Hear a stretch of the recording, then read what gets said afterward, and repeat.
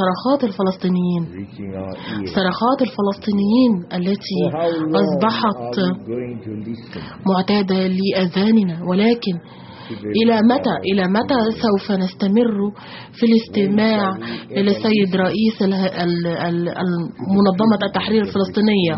متى سوف نستمع إلى السيد رئيس دولة فلسطين؟ When shall that ever come? متى سوف يأتي هذا اليوم الذي يقوم فيه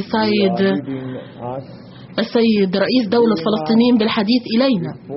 السيد بان كي مون، أنت تغادرنا وتغادر منصبك قبل حل الصراع الإسرائيلي الفلسطيني. الصراع لم يتم حله حتى الآن. هم في حالة أو وضع لا أعرف الآن كيف يمكن التغلب عليهم. ليسوا أحرار. هناك من يقوم ببناء أراضي على الأراضي الفلسطينية.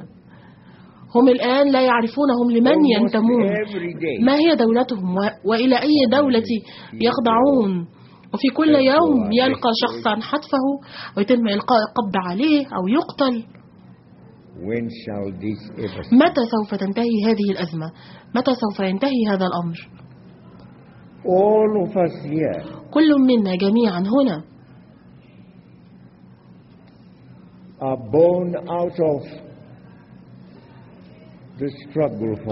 جاء من صراع ما.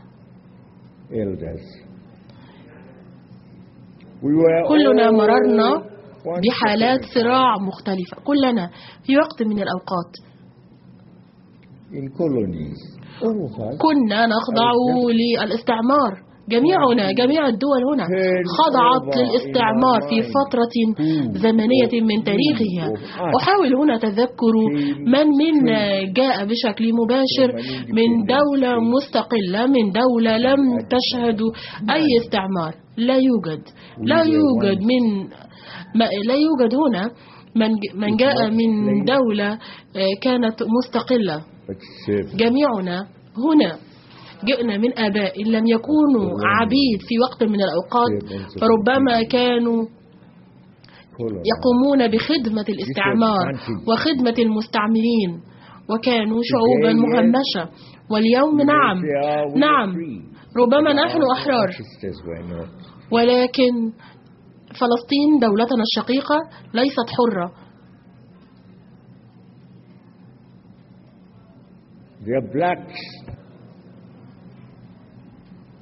across the Atlantic.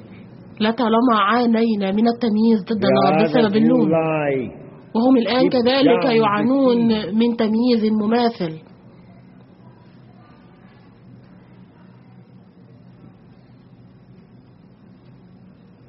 Skeletons have vanished. The oceans have worked on their إن دولنا شهدت الكثير من الصراعات، بسبب اللون وبسبب العرق وبسبب الكثير من الأمور الأخرى التي نعرفها وندركها جميعا.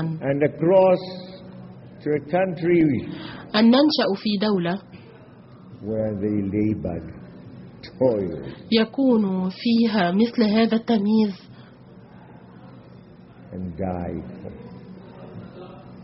وأن نشهد من يموتون أمام أعيننا من أجل هذا التمييز، فإن هذه أزمة ومشكلة كبيرة. إن أوباما الآن يرأس الولايات المتحدة الأمريكية، ولكن من الذي يمثله أوباما؟ أوباما يتحدث لغتهم، ربما هو من نفس اللون، ولكنه يتصرف نفس تصرفاتهم. Not our act, but their act.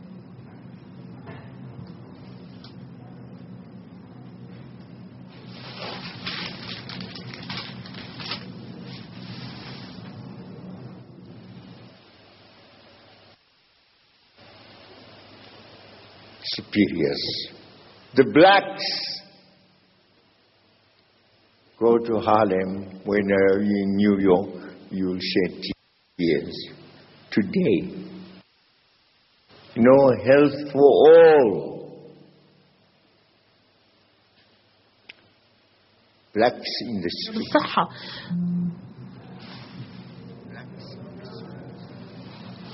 عانينا من وجودنا في الشوارع، عانينا من التشرد، ولا يبدو أبدا أن هناك من يتحدث عن هذا الأمر، لا يبدو أن هناك من يتحدث عن هذه المعاناة، ولكن اليوم هم يريدون الحديث عنا، ظهروا الآن للحديث عنا وعن شعوبنا. هم الآن في كل مكان في أفريقيا، ربما ليس بأجسادهم ولكن من خلال منظماتهم، منظمات الأهلية، جمعيات الأهلية للدول الغربية المنتشرة في الدول الأفريقية. الغرب موجود في دولنا من خلال أولئك الذين يأتون كي يملوا علينا ما يجب أن نقوم به. يقولون أنهم هنا من أجل دعمنا ومساعدتنا.